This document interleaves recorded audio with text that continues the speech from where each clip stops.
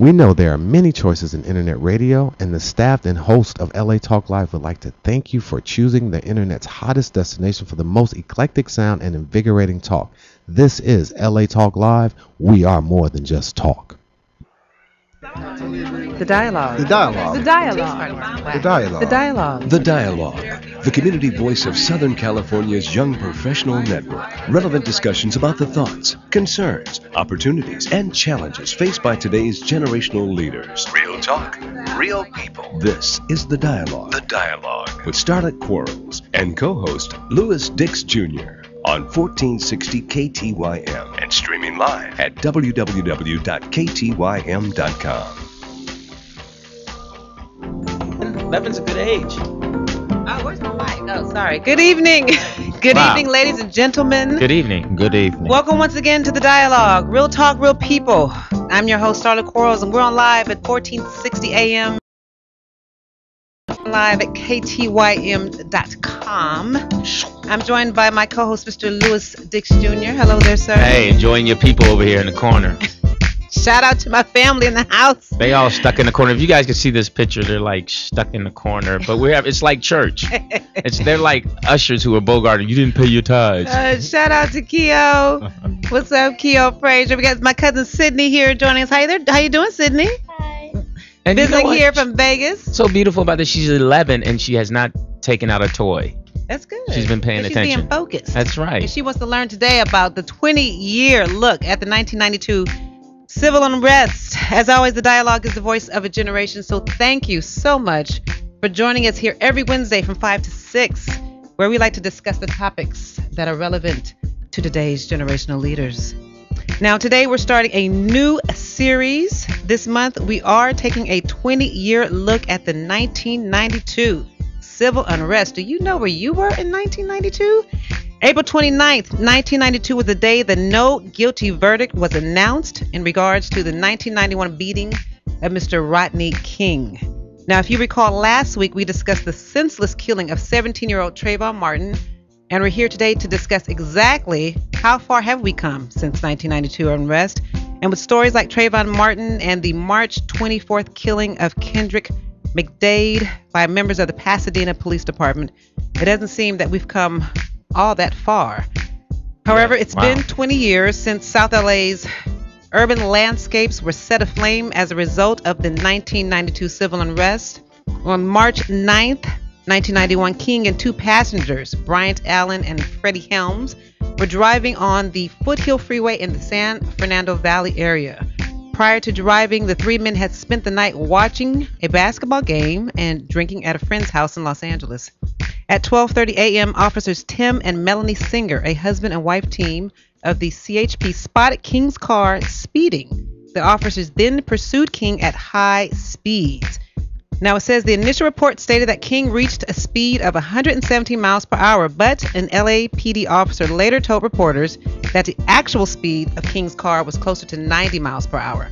According to King's own statements, he refused to pull the car over because of a DUI, because a DUI would violate his parole for a previous robbery conviction. Keep that going, Ruben, for me. Wow. Officer Tim Singer ordered King and his two passengers to exit the vehicle and lie face down on the ground. The two passengers complied and were taken into custody without incident. However, we all know Rodney King was not that lucky, and what ensued later that evening was just horrific to watch. Do you remember seeing that? Yeah, on tape, yeah. That was when we had videotape. Right. Luckily, the beating was filmed by a man named George Holliday, who grabbed his video camera and stepped onto the balcony when he was awoken by the sirens. And we all know how the story ends and how the civil unrest and the destruction of South LA began in 1992. So tonight we launch this month-long series with our discussion in 20 years. Exactly how far have we come? Wow, that's only 240 months. You did your math. Well, apparently. I mean, men, we're now working in months. So we have to define our lives. Our guests tonight include Truce, a hip-hop artist and community activist right out of Rodney's community in the Inland Empire, and Manla Kaise, president and community advocate of New World Education, here to discuss our look at the 1992 civil unrest. And today's show is brought to you once again by our sponsor today, Uncle Uncle Jay's Otamola natural oatmeal cookies. Yes, cookies. Yes. Man, we Oh, love so you them. didn't get a chance to try the cookies. Oh, because you're allergic to peanuts. She's But they are allergic. Get 'em away from slamming. her. You have your EpiPen? You said what? Does she have her EpiPen? What's the epi? No. Yeah. Oh. Anyway. Well, so- no, you got to make sure, because the peanuts get near you. Oh. No, she's not. She's An she's EpiPen good. is what helps save their lives. Oh, I see. Okay. So yeah, it's their All right. medicine. I just can't. You just can't eat them, so you wouldn't die. Right. All right, cool. So remember, if the Oda don't get you, the Molo will. So to win a free dozen of these bomb cookies, we want you to visit us at Facebook.com/The Dialogue LA and share with us your story. What were you doing in 1992 during the riots, and how do you think we've evolved over the past 20 years? Share your story with us on The Dialogue, and we're going to announce our winners here next week. Again, Facebook.com/The Dialogue LA. And you know what we should do? We should have a cookie party. The winner party. should come over and we can have cookies and play jacks. We're not doing that. So, again, thank All you for right, joining us. And sorry please, the about second half of the show, give us a call here, 310-674-5896. That's 310-674-5896. Or email us your questions at comments@thedialoguela.com. Again, 310-674. We want to hear your comments or questions. Exactly how far have we come in the past 20 years? We're going to be talking about this all month long. We're going to take a quick commercial break, and when we get back, we're going to have our conversation on the 1992 civil unrest. We'll be right back. Power! Last season was the Interested in Gulf's best advertising your tourism season in business, years. product, or In service Florida, here we on The had more Dialogue? suntans. Call Alabama, we had more 323-547-7748. The Dialogue will help you promote your business, increase your traffic, and bring new clients in for the new year through innovative and creative marketing packages, including affordable radio ad campaigns for small businesses. Find out more. Call 323-547-7748. That's 323-547-7748. Or go to www.thedialoguela.com. And now, back to The Dialogue. The Dialogue. With Starlight Quarles and Louis Dix Jr. Real talk. Real people. Welcome back to The Dialogue. Real talk, real people. We're on live at 1460 AM KTYM.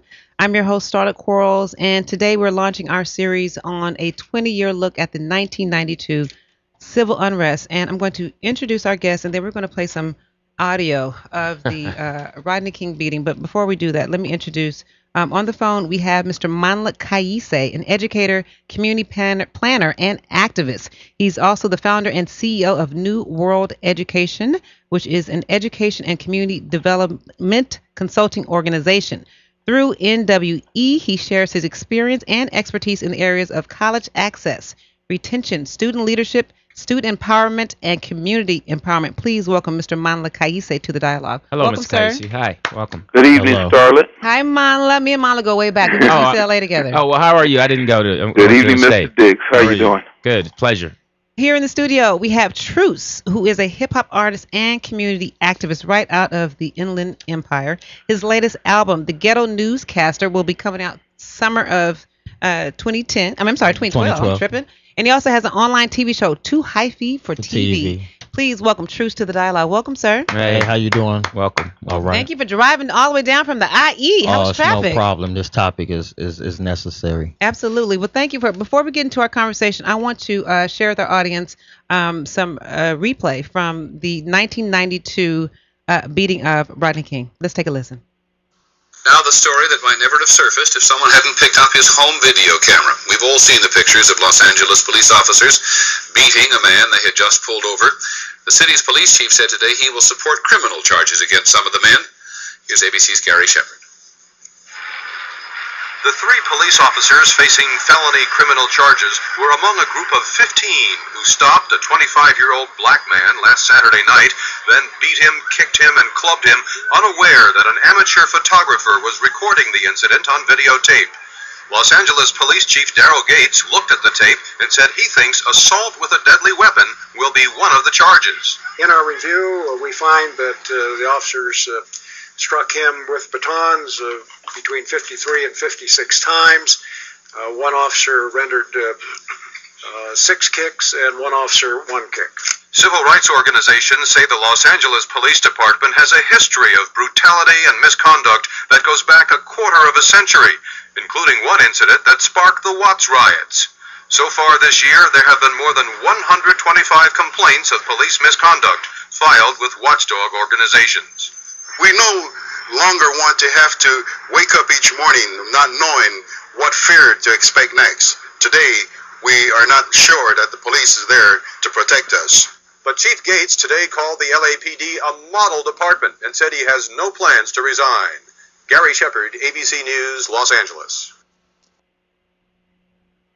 Wow. Truce, in your opinion, how far do you think we've come since that beating in 1992? Well, I was thinking about that question earlier because I thought we came a long way. How did you think that? Until, I don't know, it's just because it's been 20 years. Okay, just time is a long time. Yeah, time is a long time. And then, like, you know, certain people have throughout music and certain things have come together throughout the racial lines. But now that you look at, like, Trayvon and then Kendrick you just told me about, it's like we've not come that far at all. Exactly. Manla, get in this conversation. How far do you think we've come in the past 20 years? Well, I think my feelings are contradictory, just as Truce indicated, in the sense that a lot has changed, and you know, the whole landscape has changed. The world in which African Americans find themselves has changed a great deal. The problem is the degree to which we might have been able to adjust to those changes, and whether or not we've been able to take advantage of the opportunities or be victims of you know, the negative consequences of those changes. I think too often we find ourselves on the short end of that stick. Right. Now, Manla, where were you in 1992, and what was your initial reaction to the no guilty verdict? I was working as a staff member at UCLA, but I was involved in a number of community initiatives that were directly connected to the riots. I was doing gang truce organizing in Watts. I was involved with a community development organization known as the Concerned Citizens of South Central Los Angeles, and involved with some education initiatives as well. So a lot of those, as I shared with you earlier, led to a lot of the professional work I do today. Right. But the kind of police violence that was kind of exemplified by the Rodney King beating was kind of the galvanizing issue, where all of these negative conditions in the community were impacting African Americans to the degree that interaction with the law enforcement became the place where all of these issues kind of came together. You know, the lack of jobs, the lack of quality education, or the lack of economic development led to a lot of the gang violence that we saw. And so where African Americans interacted with local government was with the police. That was the primary place where it happened. So I worked with a lot of young men during that time, and had done a lot of work around how young men are engaged by the police, a lot of the police violence, a lot of the abuse issues. Had been involved in a lot of rallies and demonstrations related to that. And so when the Rodney King beating happened, I was very deeply involved in just moving throughout the community. I don't know that I slept much those whole 3 days, because I was really moving throughout the community in some of the neighborhoods that I worked in, interacting with a lot of the young folks and just trying to make sure that people were not too negatively impacted by it, because a lot of folks got arrested. Right. Exactly. I don't think anyone ever really took a recount of the number of arrests that took place during those riots and how that impacted the lives of those young people, 10 years moving forward. Right. Now, Truce, now you were in the Inland Empire at the time. Now, we were down here just burning our city down. Now, where were you in 1992, and what was your initial reaction when you got the no guilty verdict, or when you saw the no guilty verdict? I was just watching it on TV. Now, how old were you at the time? I was actually about 15. Okay. And it was just extraordinary to me, my people, just watching them, how they react to this. You know what I mean? And what can we do to lash out, and that's what they did with the riots. It's sad, but it's just, you could just watch it, because I was in the IE. Now, how did that impact you just as a black male? I mean, seeing this type of police brutality. I mean, luckily, the George Hamilton was able to film it, but I mean, he just happened to film it. This happens in our community all the time. So how did that make you feel as a young black man, as a teenager, watching Rodney King get beat that way? I mean, it's just like, cause see, we used to rap about it with NWA, and they say it, and you never thought it was that serious. Okay. Until you see it, and it was just before your eyes, and it was just so sad, and it was just all over. It was slavery right before your face. Now, Rodney King is. I'm sorry, Lewis. You want to say something? Oh, just the point of when I was sitting there watching, the first thing you were thinking is, okay, don't get back up. Now, where were you? I was at home with my family. Okay. 6 months pregnant. My son, who's 19. Okay. So that happened right along that time. So just get down. Right. Do like the other people are doing. Why you keep hitting them? Then again, okay, you think as a man, okay, wow, it's not. Do I know him? No. What else was behind all this? And then we all knew it was a lie when they said he was going 110 in a Honda. I mean, it was just, certain, like, come on, man. It's a lot of things we knew right away when they were reporting it. But Truce, now you said that you're from the Inland Empire, and so was Rodney. So how did the black community respond out there when the verdict came out, and when you saw what we were doing out here in South LA? What were you guys doing up there? Well, out there, I mean, it's pretty much the same thing. Everybody's getting close with the community. And touching the young black youth, letting them know what's going on and what's right and what's wrong. So were there any violent outbreaks or any fires burning, or were there some kumbaya? Were y'all burning candles? I mean, what were y'all doing? I mean, just talking to everybody, but there was no riots going on like L.A. Rialto PD, San Bernardino PD shut that down. Right. So, Manla, you said that you were involved in the 3-day civil unrest. What exactly were you doing in the community? To be honest with you, just observing. I was I was in a daze, really, just to be, the interesting thing about it, Starlet, that really strikes me whenever I talk to people about it was actually how safe I felt as a young black man. I was in my early 30s. Okay. And to be honest with you, as a young black person who had grown up in Los Angeles, who was often subject to police abuse or police harassment at minimum, right? And also was at the same time subject to gang violence. But on those 3 days, neither were present. There was zero police harassment and there was zero gang violence. So as a black man moving in and around Los Angeles, I never had my guard down as low as I did during those 3 days. Interesting. I had zero fear. And if you watch the interaction between the black males who were driving up and down the streets, obviously a lot of looting was going on. But if you observe the interaction between the black males over those 3 days, I can honestly tell you that I have never seen black men more united and showing more love towards one another before or since those 3 days. That's the irony of it. Black men moved throughout the community fearlessly, no fear of police and no fear of one another, and really showing one another a lot of love. So why did you think it took a tragedy for black men to bond like that, and why couldn't they sustain that type of relationship with each other? Well, that's the question, Starlet, and I wish I had an answer to it because I'd be trying to reproduce those conditions every day of my life. But I don't know why it took a tragedy for that to happen.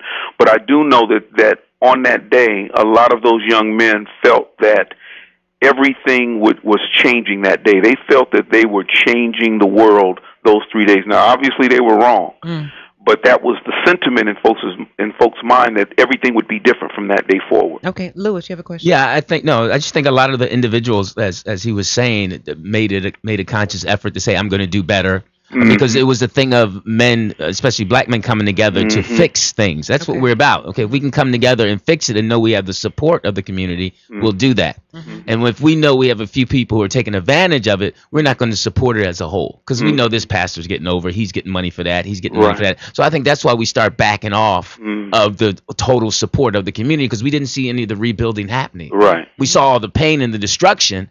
But then after the guards left and everyone left the neighborhood, we saw the destruction. And we're still seeing the destruction. Yeah, and a lot of those people who stole those TVs, now all those TVs are out of print. They don't work anymore. The HD, so all that stuff you stole is gone. The clothes are old.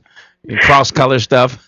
Everything was short-lived. Yeah. Right. Now, Truce, now I want you to share a little bit about your story, because your whole rap career evolved as a result of the Rodney King beating. So share this a little bit about your story and how you evolved to become known as Truce. Okay, well, I am a young black male, and unfortunately most of my young black males do gangbang. So throughout this whole Rodney King and the beating, and after Reginald Denny, there was such thing called a gang truce out on the streets, and it was just a dream to me. I loved it, you know what I mean, and it was nothing like it. To see all my brothers just interact, it wasn't even about the gang thing no more. They still wore their gang colors and they did this and that, but the whole overall was love in the community, everybody talking. So that's how. Now, were you a gangster at the time? No, I've never been a gangster. Okay. Never. That's how I touch my people. You know what I mean? It's sort of like Moses. So that's how I touch my people. Okay. Through this rap. Now, discuss the gang community in the Inland Empire. I mean, we have a sense of what it is like for us out here in South LA, but so what is it like out there at the IE? I mean, what y'all doing? The IE it's a lot going on. We got a lot of black and brown focus going on where we trying to bring that together. Okay. So, and it's one thing about the IE, they always incorporated like a truce thing, because a lot of the gangs, they have things called black rags, and that's what are like black rags? Well, that's the members that don't choose either side.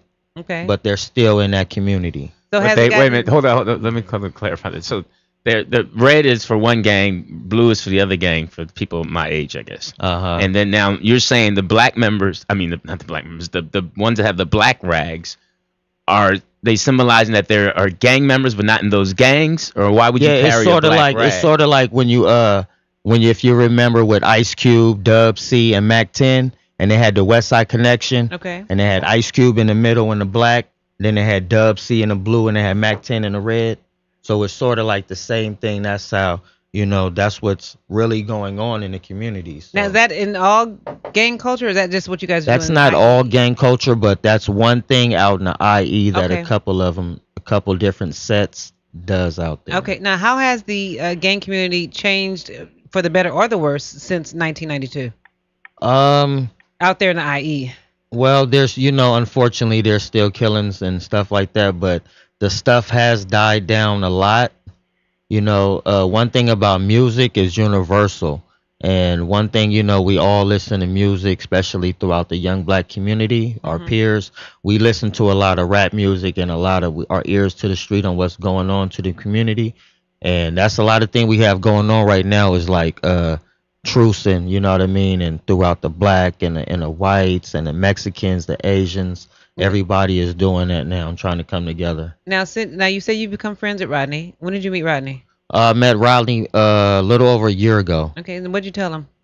I just told him that my whole existence comes from what unfortunately happened to him. And so how did he respond to you when he said that? He was happy, you know what I mean? And he's all smiles, you know what I mean? He's a real guy, you know what I mean? Now, is he a positive influence in the community? I mean, what has he done in the IE or in his community in the past 20 years to change our culture or to make a difference? I mean, what is Rodney doing? I am going to read later on a little bit about his post-arrest since 1992, but I'm sure he's done some positive thing. At least I hope so. Yeah, what is he doing in his community? One thing about Rodney, he's an activist too, and he has a lot going on out there. He touches a lot of peers out there in the community. Yeah, I know he married one of the person that was a juror on his trial. I think I did see that on Celebrity Rehab. I saw. Was that on Celebrity Rehab? That was on Celebrity Rehab. I saw it on some other news thing. But I'm interested. You've been to his house? Yes. Does he have like anything from those times, like in print or on his wall? Or I mean, because he didn't get it. Yeah, remember, but he didn't get any awards. No, but he did get $3.8 million in a civil case, which I don't think he has anymore. But yeah, one thing. I mean, Rodney, he doesn't even have any disrespect for the police. But one thing he says is respect. No, I'm just kidding. He says they overdo their job. You know what I mean? Overdo their job. I was talking about that with someone earlier about the type of power and the type of license that police officers take just in terms of their jobs. You know what I mean? They kind of overdo, like you said, and take this license to abuse or to kind of, well, I'm not going to disagree with you, but I am going to state look at Zimmerman. I mean, Zimmerman, he's not even a real cop. And he felt like I am going to state the fact that there's so many good people out there, police officers who protect us. I mean, they jump on your way. They die for you. I mean, we know there's some bad ones, but I'd say there's at least 90% good ones. Oh yeah, there's a lot of good officers. Like I wanted to. We don't hate police. My name is Truce, and you know what I mean. I'm an activist in the community. We used to also do we helped the LA Sheriff's Department with the half a cent tax initiative that was going on out here. So. Yeah, I really like them. Once they go past me, they cool with me. Manla, how has the relationship with the police department changed or evolved over the past 20 years in South LA? Well, I think it's changed quite a bit. I mean, you have if there was one thing that came out of the riots, it's a lot of attention that went into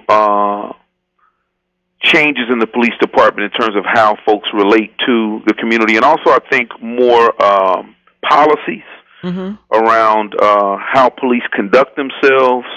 I don't know. I know most of the time folks feel that the penalties or punishments for officers who are out of line are insufficient and don't go far enough.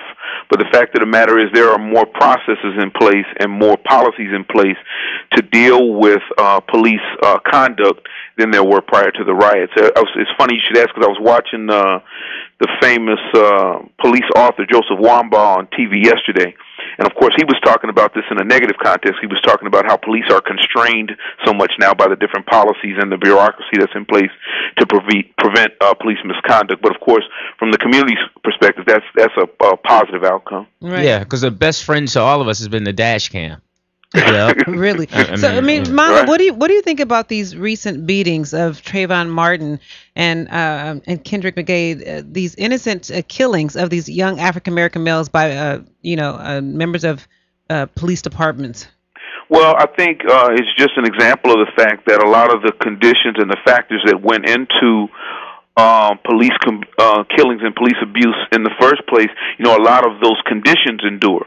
So you can put policies in place, but if you're not re-educating the society, and we've seen one of the things that we had a chance to see through the election of Barack Obama is the way in which a lot of attitudes about race have endured, a lot of negative attitudes, the kind of attacks that even a president of the United States would be subjected to because of his race. So a lot of those racial attitudes still endure, and there's not enough work in terms of educating people about one another, educating folks across racial lines. There's a lot of negative stereotypes, a lot of negative imagery that I think goes into police action. And then even the way black men view themselves and the way black folks in the community view black men. There's still a lot of self-hatred, a lot of negative images that are internalized by African Americans in terms of how we view each other. So that image of black males is still very low, and the value of black life, follows that imagery. Right. So now when you're dealing with youth, and especially black male youth, do you incorporate the 1992 unrest and the beating of Rodney King in your educational process? Everything that I do, education related, deals with, I would say, two of the main conditions that we just talked about that have impacted the way black males are treated. One is the black male self-image. So we spend a lot of time dealing with images of black men and how we view ourselves. The other part of it is how black men interact with power and decision makers, and how and preparing black men to know how power and how decision makers will view them, and having responses to that. I think when you look at the Trayvon Martin case, one of the things that we talk about is how justice should be meted out to the perpetrator in this case, Mr. Zimmerman, and his actions. But also I think we have to talk about how we prepare our young black men to engage people who may encounter them on the street, whether it be a police officer or someone who is taking authority into their own hands.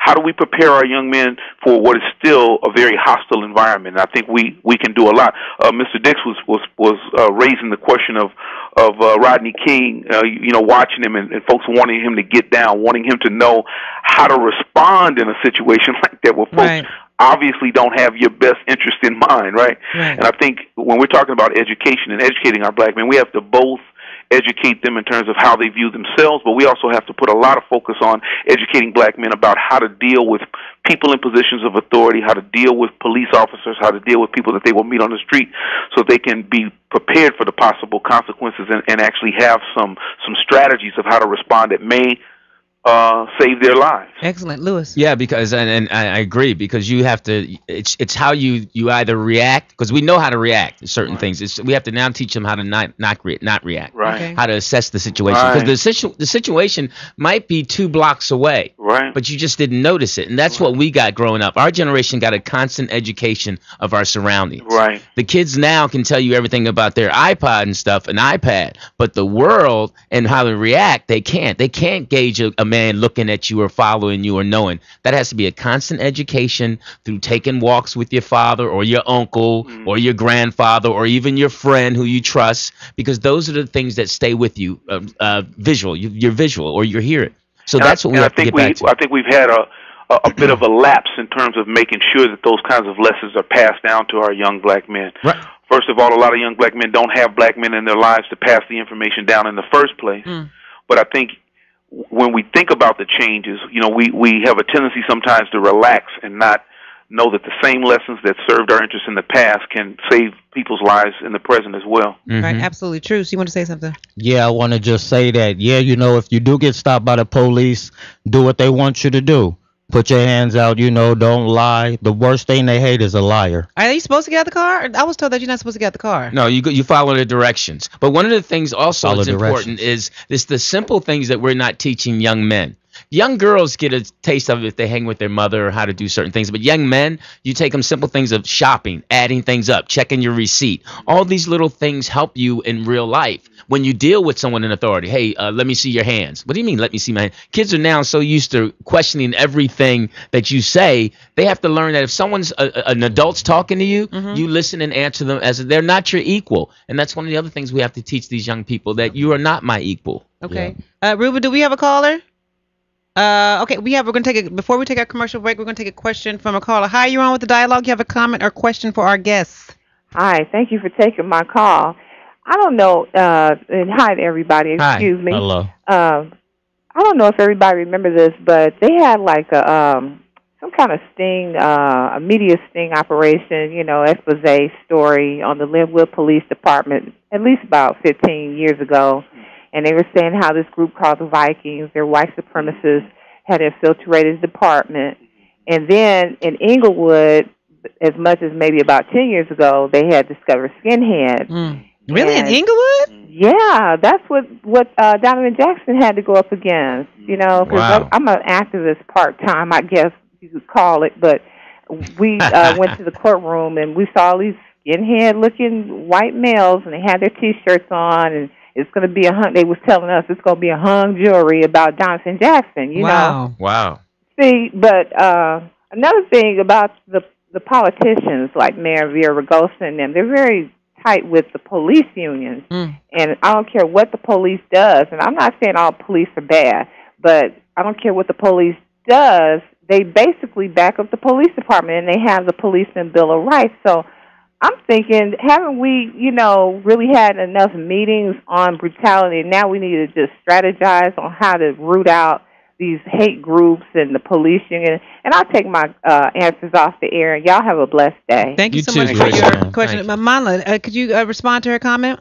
Well, I think she's right on point. I talked about a lot of the perceptions of black men that still persist in police departments and in other places of authority. And, she's talking about a very real, while it may seem extreme to some folks, it's a very real element that still exists of, racists and white supremacists who may be working in police departments or working in any civil service position in local government. And we just had the experience of how there was a cover-up in Florida in terms of what happened with Trayvon Martin. So these elements still do exist, and I do think that our ability to organize and have maximum input and maximum participation in local government is key there. I mean, let's not forget when we talk about Trayvon Martin that we're talking about the state in which the federal election was stolen. The presidential election of 2000 was stolen. With the participation at every level of government, right? Folks being disenfranchised. We've seen all the films and all the literature about the efforts to take the vote away from various elements, particularly black men in a number of states. So our ability to stay focused on local government or government at every level and to maximize our ability to get folks elected and to set policy and create policies that will protect us from these types of elements in police departments is certainly something that we have to be focused on. It has to be a part of our overall strategy. Okay, we're going to take a quick commercial break. And Lewis, you want to make a comment? Yeah, no, we'll wait till the commercial break. We come back.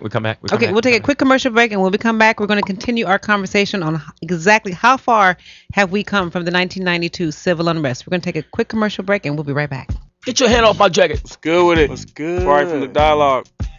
Many of y'all listeners know I'm currently on parole. I'm looking forward to getting off in the next few months. I ain't going back, man. Man, when I was locked up, I would have loved the opportunity for my family to be able to send me magazines, newspapers, to keep me connected to the streets and inform what's going on in my community. Man.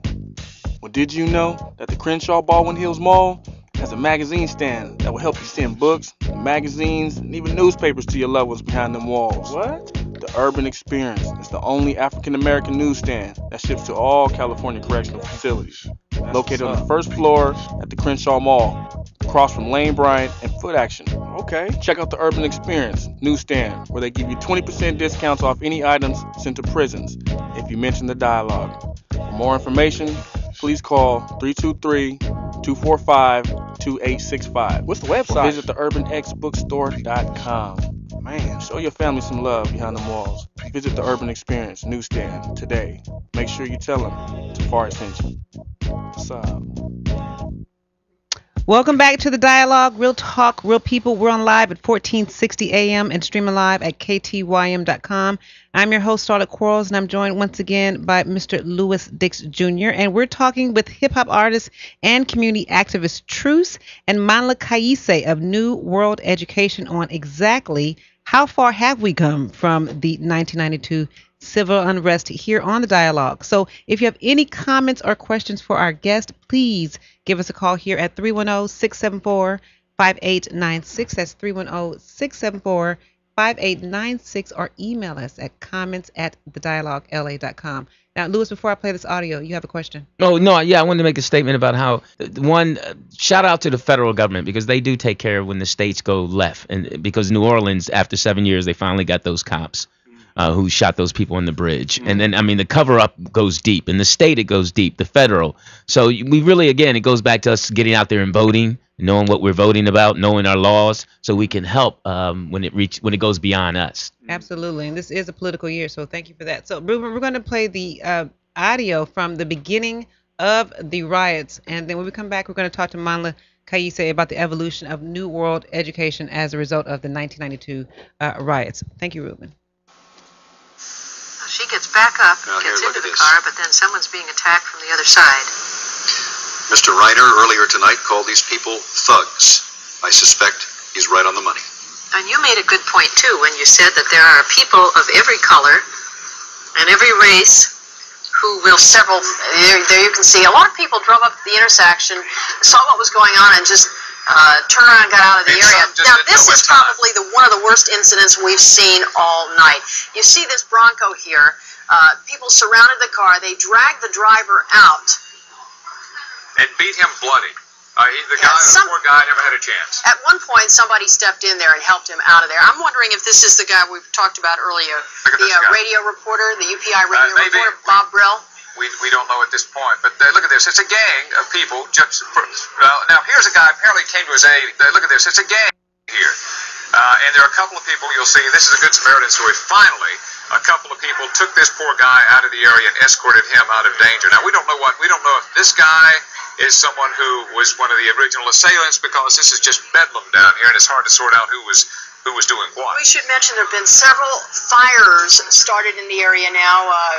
Earlier we had pictures, a place about 3 doors down from Tom's liquor store. There are about 8 fires going. We saw fire trucks go into the area, escorted by police officers about an hour or so ago. Up until then, we saw no police presence in the area. That could be for any of a number of reasons. They may have pulled out of the area, hoping not to make the situation more volatile. They may just not have known about it. We heard the 911 circuits are overloaded noted this evening, people calling with isolated small incidents, but by far this seems to be the largest one, and again, it seems to be the only one that we know about right now.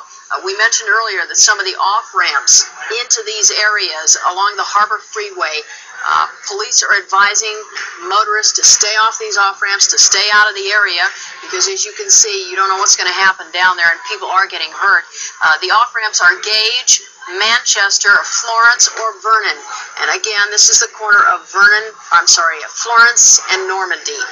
We have an advisory from the city. The police department has asked us to inform police officers that the entire department has been placed now on tactical alert status because of the sporadic violence reported in the wake of today's verdicts. What that means is that officers on duty must remain on duty. All days off are canceled, and officers normally off duty are being asked to report for duty. And LA City Fire also advises that all fire chiefs are being asked to report to work. Okay, now the guy you see walking here, you see two guys in white shirts helping somebody along. That's the driver of the Bronco. Yeah, and these apparently are good Samaritans getting him out of the area. And it may have saved his life the way things are going there. Manla, you recall for but 3 days during the civil unrest, fires, violence, beatings. Did you see all that? And what did you think about what you were experiencing and the massive presence of the police throughout South LA during that time? Yeah, just listening to that, it just visually takes me back because, I drove through just every community of South LA just about. And I literally sat on some blocks and watched as the first business would go up in flames, and then just kind of watched it like dominoes as blocks, were burned, one business at a time, one building at a time. I mean, I literally sat on blocks and saw it start all the way to the finish. And it was just, it was devastating because, as an older young person at the time, about 32, 31, you know that in the long run that these communities are going to have to pick up the pieces when it's over. You know that this is not a positive outcome at the end of the day. Now, from a community development perspective, what has happened over the past 20 years? I mean, we both come from a development background, and we know what's happening in terms of the redevelopment and the demise of the Community Redevelopment Agency. What has happened over the past 20 years in terms of rebuilding our communities, and what happened to a lot of those black businesses? Well, one of the things we know that hasn't happened is that all of the resources that were mobilized and targeting South LA and all of the committees that were formed and all the initiatives that were put into place, we know that that money did not reach the people that it was intended to reach. We know that the size of the resources that were directed toward that effort didn't match the outcome at the end of the day. There were still too many structures, too many decision makers, too much bureaucracy in between the promises and the funding that was generated and the actual on-the-ground development. It's been more frustration than anything else. Now, that being said, there have been a few organizations and individuals who've been moderately effective in that context. You take an organization like the Community Coalition of South Central Los Angeles, and what they've been able to do as far as generating attention and organizing around policies that would bring resources to South LA, whether it's to prevent liquor stores from rebuilding and to make sure that those properties were developed with some other more positive type of development, or whether it had to do with looking at the schools and making sure that bond funding that was generated in the post-riot period actually went to schools in South LA and that they got their fair share.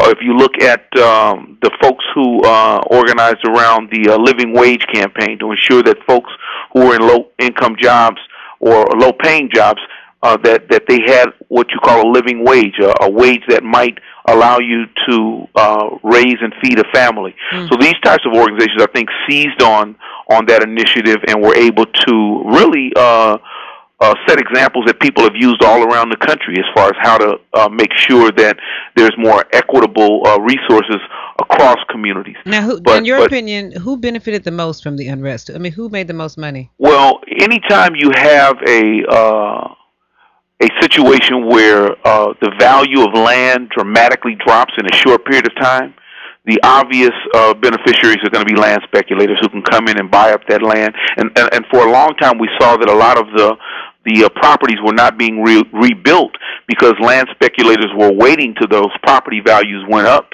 high enough where they could sell them, or they waited for the city to propose some development for that land where they could sell it back to the city far above the market rate price, just because they knew that there was a community interest in having a development on those particular sites. So I've actually seen a number of scenarios where communities and local government work together to propose a development for a particular site, and the landowner, who was usually an absentee landowner, actually sold that land back to the city or the CRA at a higher than market rate. So those were the folks who benefited more than anyone else. Absolutely. Lewis. Yeah, well, it's interesting because when you think, I was listening to that tape about 20 years ago, and how the gang of people and the level of frustration was so with the cops coming, and how they stated and how they came. But a lot of the police were protecting Beverly Hills, Brentwood, and before they came to the neighborhood, because we were wondering, it was like watching a reality show, but then you were able to go afterwards and look at the set. So it was really interesting that. But it was also too, from a media standpoint. I remember there was a newscaster who was standing on Slauson and La Cienega talking about, we're here in South LA. I was like, no, you're not. You're in Ladera Heights. That's not South LA. Right, it seemed like wherever there was a mass, everywhere was South LA. Everywhere was South LA. Where was black folks was South LA. South LA was as far north as Sunset in Vermont. Yeah, you're right. Right. Exactly. True. In terms of the redevelopment and just the evolution in the Inland Empire, what have you seen as a result of your community and your politics or your political landscape? Well, it's unfortunately it's not a lot of black-owned businesses in the Inland Empire. Okay. So we're faced with that, but but you had a large mass of black people come, especially during that mortgage crisis. A lot of us were trying to get our cribs out in the Rialto and Inland Empire. You guys at least have a barbershop. And we had that black flight. You know what I mean? So a lot of us moved out there as a result of this, that mortgage crisis, trying to get, take advantage of that. But now what? I guess it's dropped from then because it's not a lot of black owned at all. So what is it, predominantly Hispanic? Yes. Okay. All right.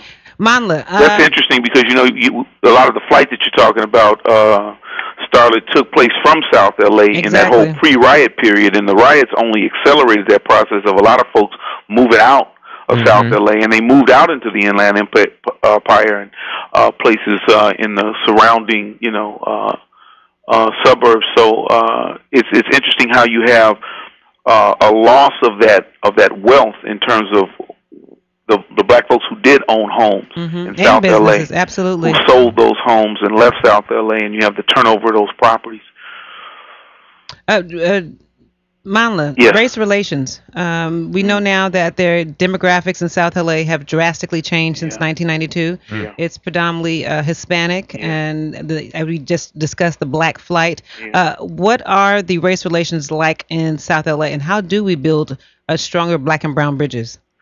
Well, I think as we talked about the economic development picture, there's some bright lights. Again, Concerned Citizens has done a great job in organizing black and African American youth, black and African American. Black and Latino youth and black and Latino residents around their common needs in South LA. So you have a number of, I think, positive developments in that way. But I think you also have a huge influx of Latino immigrants. So while you're trying to build those relationships, you're trying to build them with a growing population. And most of the larger part of the population are folks who are really new to African Americans, really new to the United States.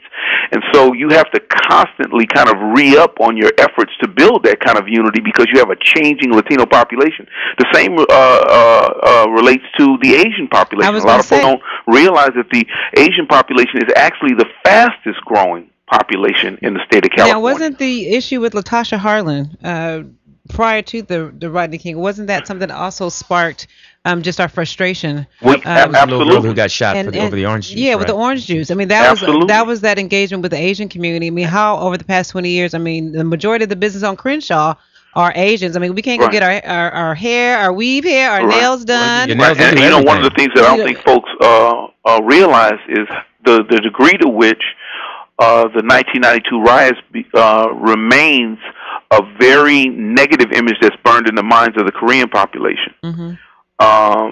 Even in the context of this recent redistricting battle, exactly, you had folks raising the specter of the need for Asians to have a district of their own and to have a city representative. And some folks actually cited the 1992 riots as a reminder of that because of what they perceived to be the lack of police response to the riots in the Korean community. So we have a major job as this landscape changes around us as African Americans to figure out how to adjust.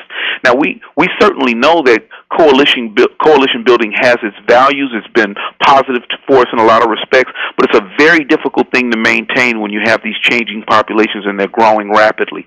But I think we have to develop that capacity and that knowledge among African Americans in terms of how do we respond to this changing landscape. We at least have to know how to build effective relationships with folks from different communities. We may not always be able to, but we have to have that skill set, and we have to take advantage of that opportunity when it's something that we can do. And not just with the people, but with the politicians. Do you know what I mean? We have to Absolutely. be able to with their political leadership. Yeah. Absolutely. With Hispanic leadership, political leadership, and Asian leadership, we have to be able to have inroads into those opportunities. Trush, you want to say something? Yeah, I just want to say that as young black males, I mean, I'm just speaking from my peers, like, we are very influential.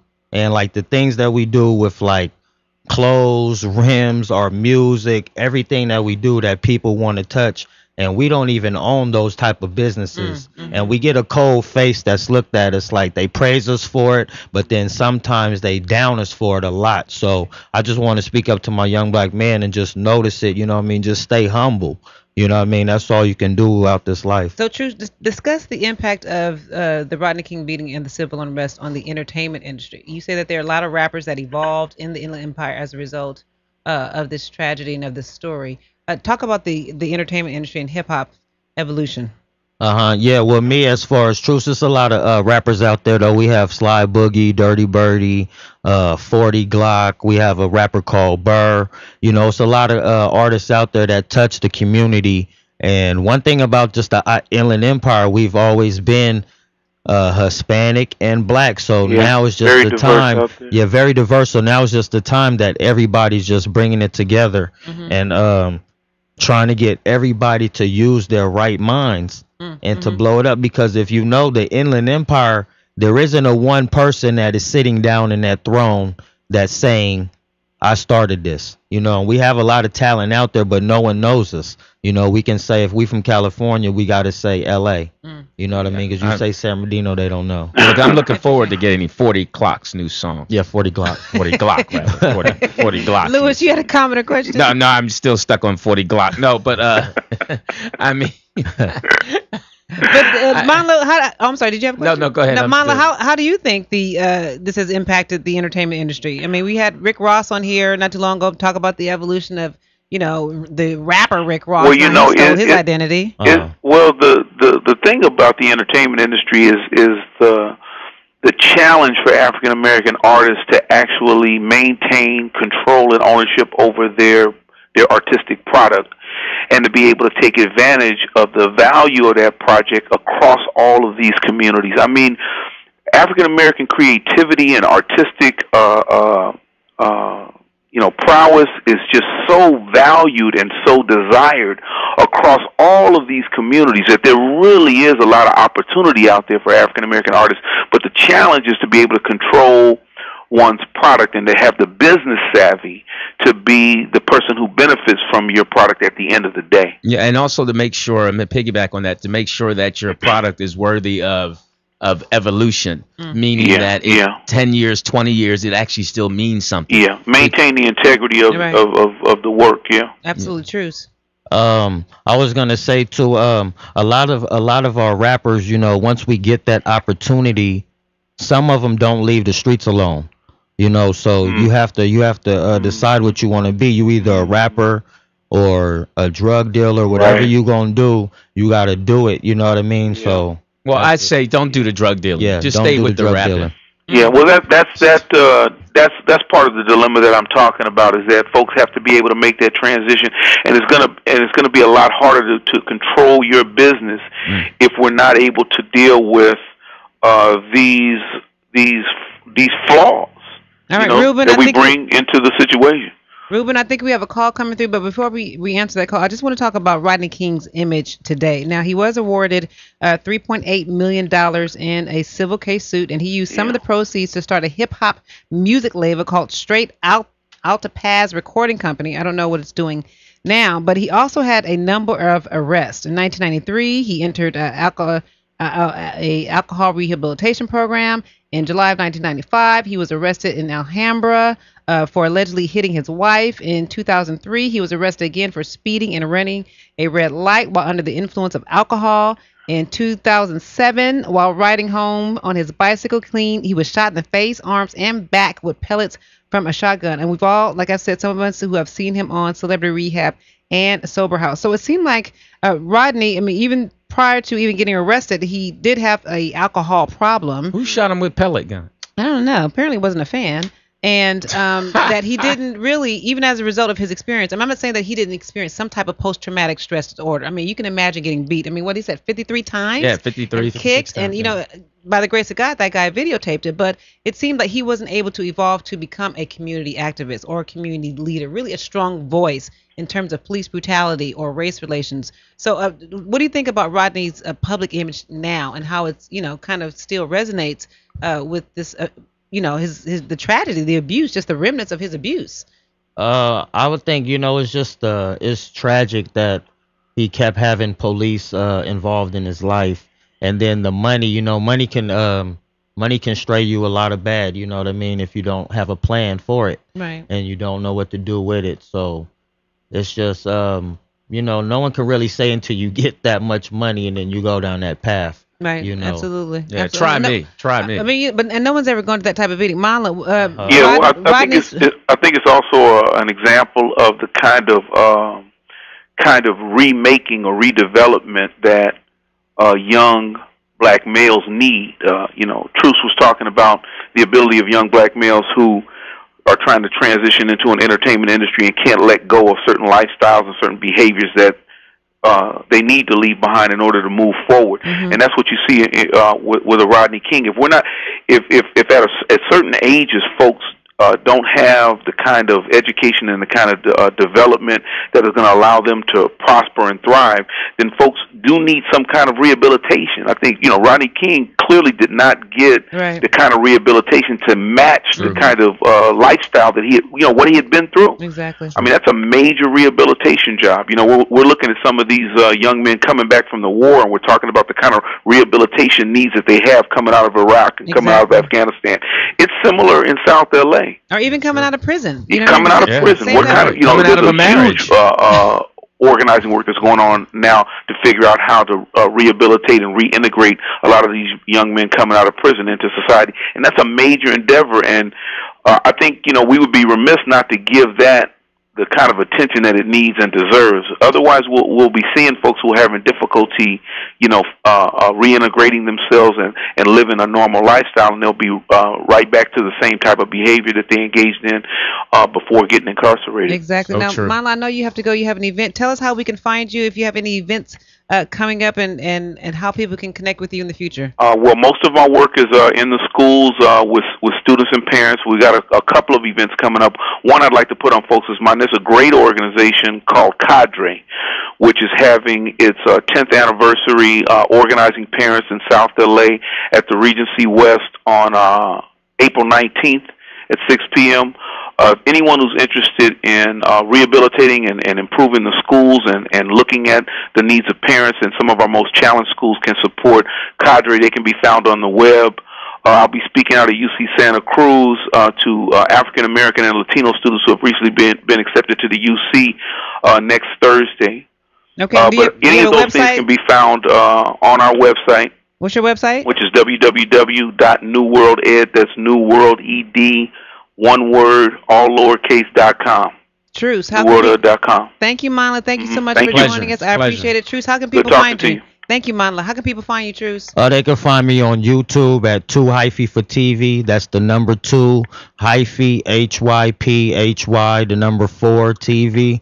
And that's where we at right now, just based out San Bernardino, working ground up. All right, so I'm gonna ask you to freestyle us out, but I want to first of all, I want to thank Truce. I want to thank Manla Kaise for joining us here today. Lewis, thank you so much. Thank you. Your family's lovely. Thank you for having coming. Safari, I know you're out there. I want to thank our sponsors, Uncle Jay's Olamola Cookies. So thank you to Jay Williams and Bernard Johnson, who I know is listening out there in Q2. Thank you for your beat. And Truce, won't you give us a freestyle? Make sure you join us next week for our 20-year look at the 1992 civil unrest. I'm signing off as my mama's child and my daddy's baby girl. This is Starla Crow. Truce, why don't you just freestyle us out? Hey, that's what it do, you know. All my peoples out there, man, you know, stay humble, man. Keep thinking, you know, keep striving. You know what I'm talking about? We gon' make it, it's nothing to your boy. Catch me California with them brand new toys. Trucy Bigelow, I switch it all up. No more blood and crippin', we all give it up. One love for God and you know we gon' make it. You catch me in the street where my boys never fake it. Don't diss the police, keep your seatbelt on. Ride straight, don't keep the drink at home. You are now tuned into LA Talk Live. We're more than just talk. Don't go anywhere. Stay tuned.